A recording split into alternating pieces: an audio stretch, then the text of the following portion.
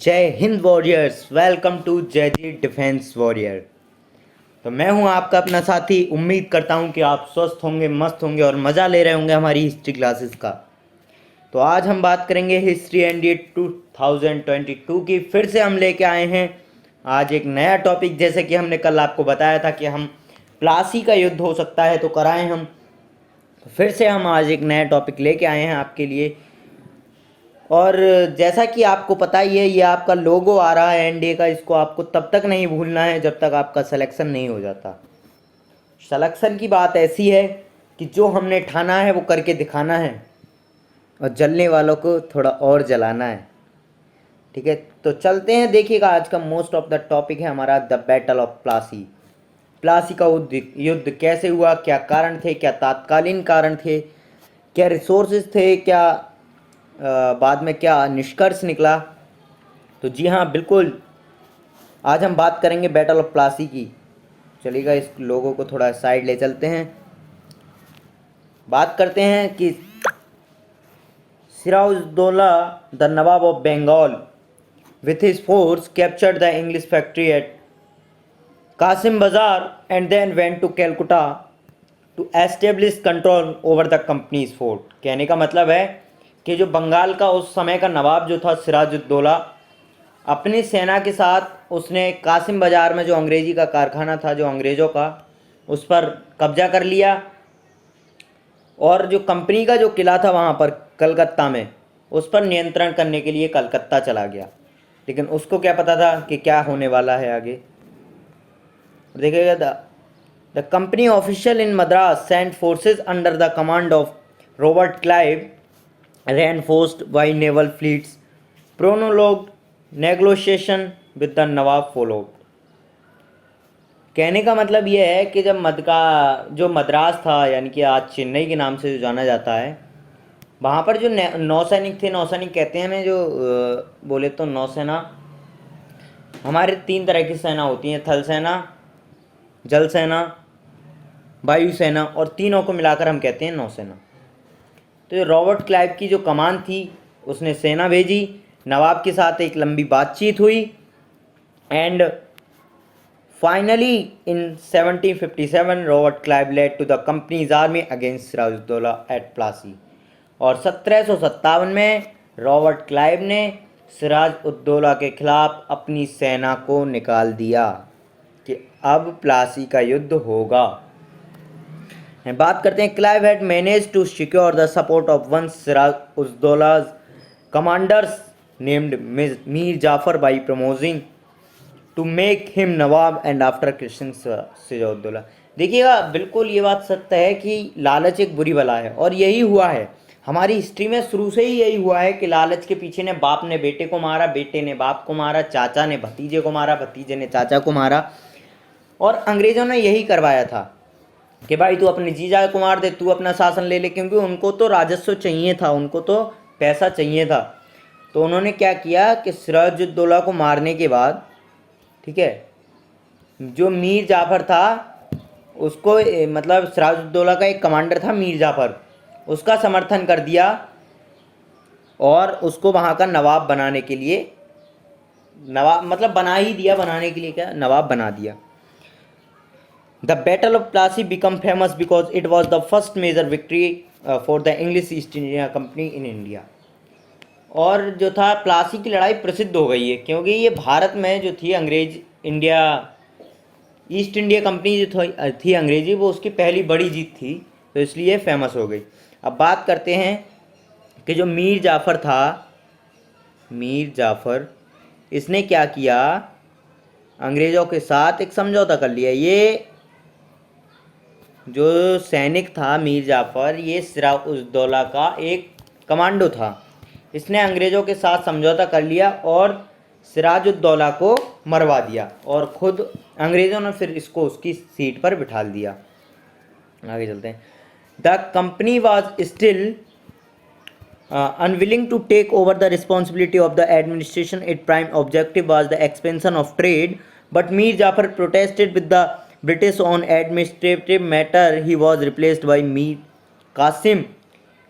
He too had conflicts with the east India company, the company defeated him in the battle of Buxar. अब देखिए, आप इसमें और ज़्यादा इंटरेस्ट आएगा आपको कि क्या हुआ कि कंपनी जो थी अभी प्रशासन की जिम्मेदारी लेने को तैयार नहीं थी, मतलब वो अभी सत्ता नहीं करना चाहती थी, क्योंकि उसका जो मुख्य उद्देश्य था वो व्यापार करना था, ठीक है। लेकिन जो मीर जाफ़र था उसने प्रशासनिक मामले जो होते हैं, प्रशासनिक बोले तो जैसे पुलिस केस या अदर है, उस पर अंग्रेज़ों का फिर से विरोध कर दिया, और उसके फिर अंग्रेज़ों ने मीर जाफ़र को हटाया और उसकी जगह मीर कासिम को बिठाल दिया, ठीक। अब उनका भी ईस्ट इंडिया कंपनी से विवाद था, तो फिर जब मीर जाफ़र हटा, मीर कासिम आया, मीर कासिम अंग्रेज़ों से लड़ता, मतलब विवाद था, तो फिर कंपनी ने कासिम को 1764 में बक्सर की लड़ाई में हरा दिया। अब ये ईस्ट इंडिया कंपनी वाले ऐसा ही करते जाएंगे दोस्तों, हराते जाएंगे किसी को, मतलब ये क्या कहते हैं, मक्खन लगाएंगे पहले, अगर मक्खन से नहीं मानेगा वो तो उसको हराएंगे, मारेंगे, कूटेंगे, जो भी होगा। फिर क्या हुआ, East India Company now started to shift from their primary objective from trade to expansion of territories. इसका कहने का मतलब है कि जो अंग्रेज़ थे, अंग्रेज़ ने ईस्ट इंडिया कंपनी ने स्टार्ट कर दी थी अपनी एक प्राइमरी ऑब्जेक्टिव ट्रेड, अपने टेररिज्म को बढ़ावा देने के लिए।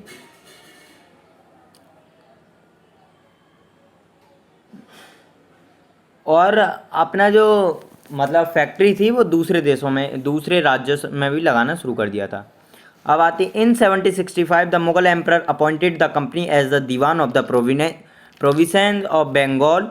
The diwani allowed the company to use the vast revenue resources of Bengal. इसका कहने का मतलब है, ये एक मोस्ट इम्पोर्टेंट टॉपिक है, यानी कि मोस्ट इम्पोर्टेंट पॉइंट है, इसको मैं अंडरलाइन कर दे रहा हूँ, ये हो गया। तो इसका मतलब है 1765 में जो मुग़ल सम्राट थे उन्होंने कंपनी को बंगाल प्रांतों के दीवान के रूप में नियुक्त किया गया, ठीक है। दीवानी ने कंपनी को जो था विशाल राजस्व संसाधनों का उपयोग करने की अनुमति दे दी कि अब वो उन संसाधनों का उपयोग कर सकते हैं। Now revenue from India could finance company expenses. These revenues could be used to purchase cotton and silk textiles in India, maintain company troops, and meet the cost of building the company fort and offices at Calcutta.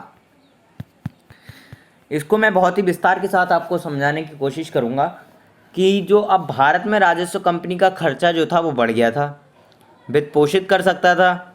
राजस्व का उपयोग जो था भारत में सूती और रेशमी वस्त्र खरीदने में, कंपनी में सैनिकों को बनाए रखने में, कलकत्ता में किले के निर्माण में, कंपनियों के निर्माण में, कार्यालयों के निर्माण में जो लागत लग रही थी उसको पूरा करने के लिए किया जा रहा था। अब उसके बाद आते हैं कंपनी रूल्स एक्सपेंड्स, कंपनी के नियमों का विस्तार। ये देखिए, ये ज़्यादा मोस्ट इम्पोर्टेंट नहीं है हिस्ट्री के मतलब से, लेकिन मेरा काम पढ़ाने का है तो मैं आपको पढ़ाऊँगा बिल्कुल।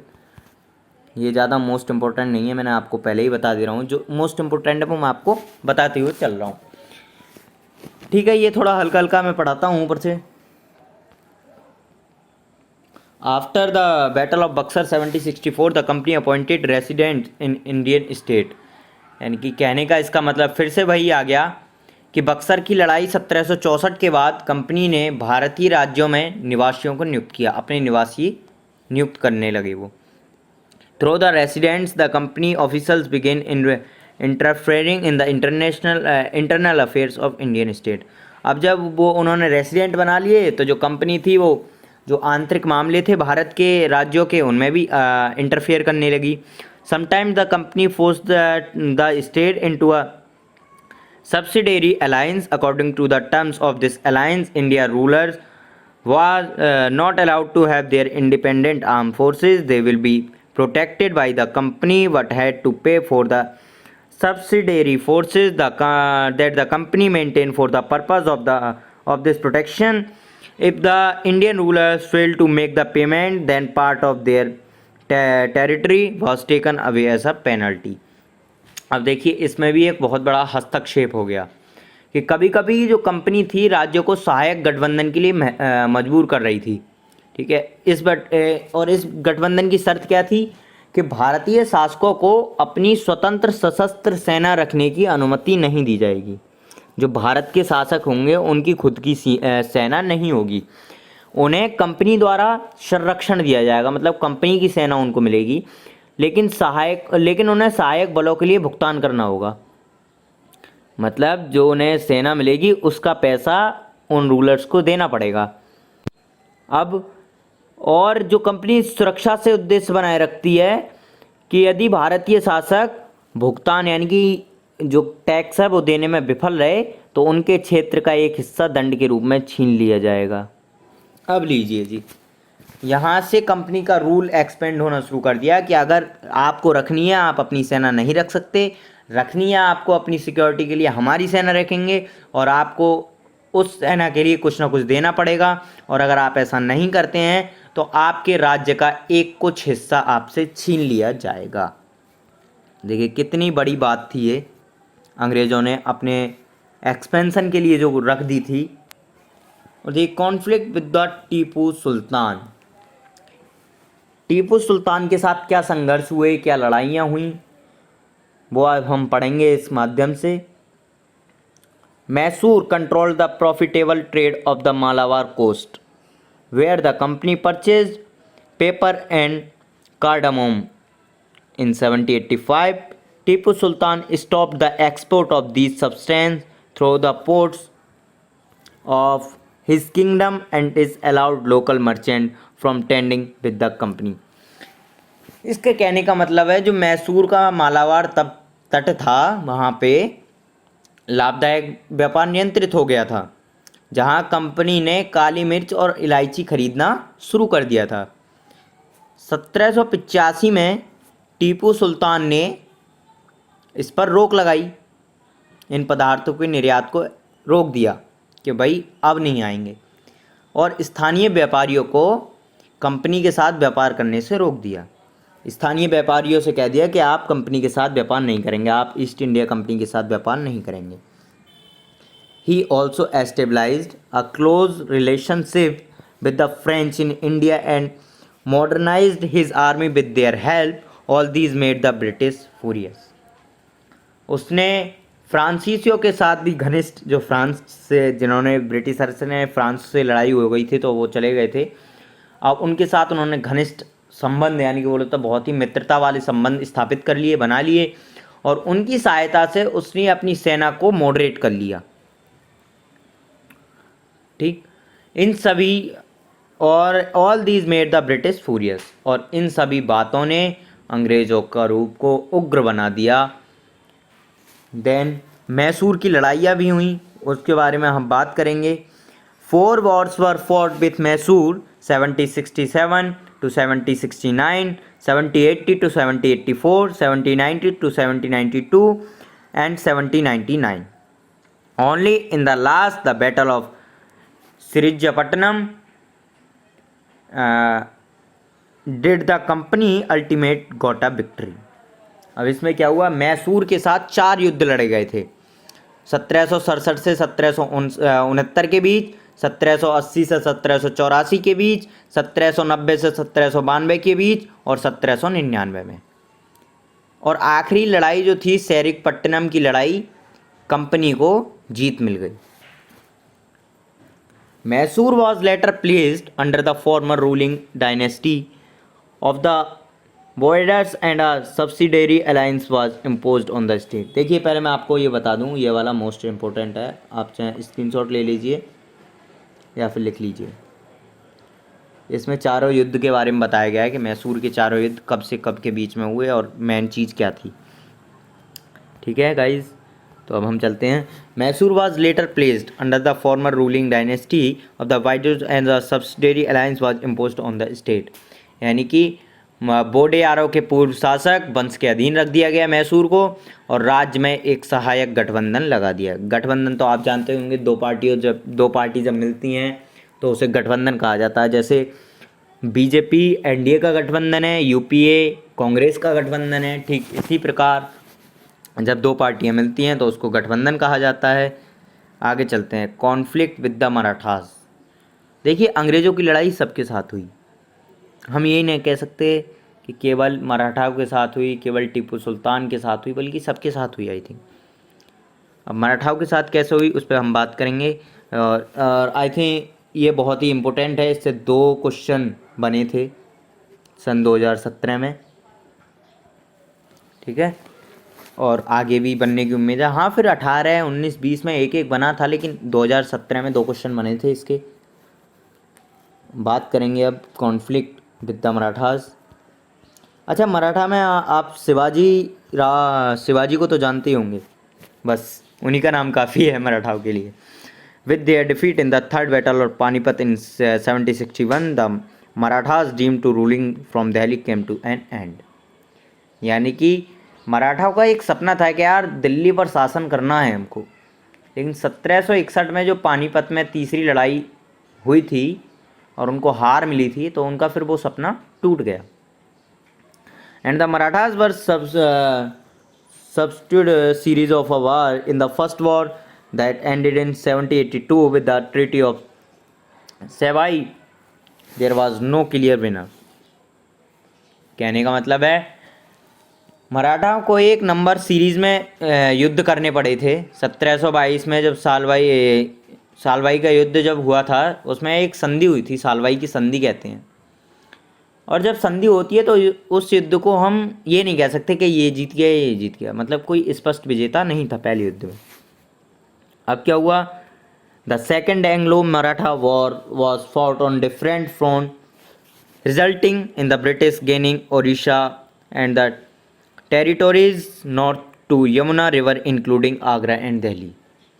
दूसरा आंग्ल मराठा युद्ध जो हुआ था 1803 से 1805 के बीच विभिन्न मोर्चों पर लड़ा गया, विभिन्न जगह लड़ा गया, जिसका रिजल्ट क्या रहा कि अंग्रेज़ों ने उड़ीसा और आगरा और दिल्ली, इन तीनों अच्छे बोले तो 2 राज्य और एक सिटी अच्छे को लेके यमुना नदी के उत्तर के क्षेत्रों को जीत लिया। जो भी नॉर्थ में जो भी यमुना नदी के थे सबको जीत लिया, और ये आपका एक मोस्ट इम्पोर्टेंट रहा।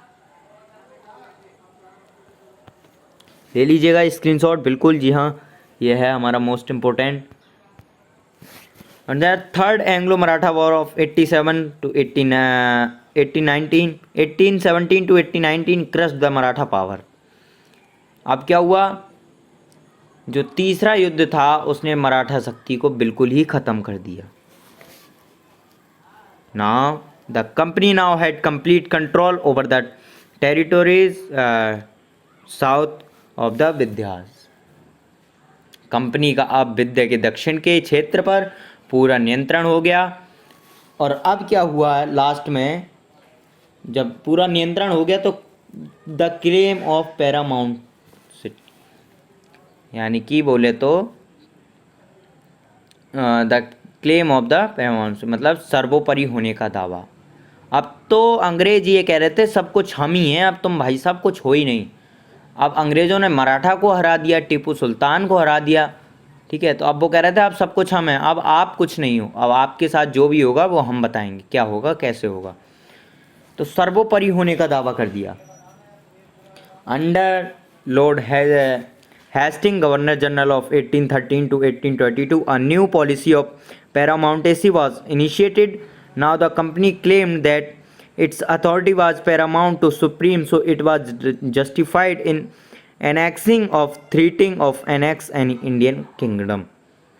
कहने का मतलब है लॉर्ड हेस्टिंग्स जो थे 1813 से 1823 तक गवर्नर जनरल रहे थे, उन्होंने एक सर्वोच्चता की एक नई नीति शुरू कर दी। मतलब उन्होंने अपनी कंपनी ने दावा किया था कि ये उसका अधिकार सर्वोपरि है, सर्वोच्च है, इसलिए किसी भी भारतीय जो टेरिटरी है उसको जोड़ने या धमकी देने में ये उचित था, ठीक है। These periods saw the British shifting the control of to the northwest because of Russian invasion fear. यह दृष्टिकोण बाद में विदेशी नीतियों का मार्गदर्शन करता रहा। इन अवधियों में अंग्रेजों ने रूसी आक्रमण के डर से उत्तर पश्चिम में नियंत्रण स्थापित कर लिया। नॉर्थ वेस्ट, अब तो नियंत्रण स्थापित हो चुका था, अंग्रेज सेटल हो चुके थे भारत में आकर। And the British fought a prolonged war with Afghanistan between 1838 and 1842 and established indirect company rule there. Sindh was taken over in 1849. Punjab was annexed. अंग्रेज़ों ने 1838 और 1842 के बीच में अफ़गानिस्तान के साथ एक बहुत बड़ा सा युद्ध लड़ा था और वहाँ अपनी बोले तो इनडायरेक्ट बोले तो अप्रत्यक्ष रूप से, मतलब डायरेक्टली नहीं लगाई थी कि हमारी है, एक कंपनी स्थापित कर दी, सिंध पर कब्जा कर लिया और 1849 में पंजाब को मिला लिया। हमने यहाँ तक बात की कि अंग्रेज़ों ने अत्याचार किया, युद्ध किए, अपनी चलाई सब में, जो उनकी नहीं माना उसको हटा दिया गया। यानी कि यही देखिएगा, अगर आप लालच में जाते हैं तो यही होता है। मीर जाफ़र को हटाया, मीर कासिम आ गया, मीर कासिम की ऑलरेडी लड़ाई थी, फिर उसको बक्सर की लड़ाई में हरा दिया। ठीक है, यानी कि कहने का पूरा मतलब ये है कि जब तक अंग्रेज़ों की बात नहीं मानी जाएगी, अंग्रेज चुप नहीं बैठेंगे। और अब हम बात करते हैं, I think last topic, the doctrine of the lapse, इनकी चूक का सिद्धांत। आखिर क्या गलतियां हुई, क्या हुआ जो 1857 में की क्रांति मशहूर हो गई, 1857 की क्रांति मशहूर हो गई, तो हम उसके बारे में पढ़ेंगे। अभी 1857 की क्रांति जहाँ तक है आने वाली है अपनी, क्योंकि अपने 1854 तक पहुँचने वाले हैं, आज 1856 में भी पहुँच जाएंगे जहाँ तक है। 1857 की क्रांति बिल्कुल होगी और जल्द ही होगी। चलो हम पढ़ते हैं।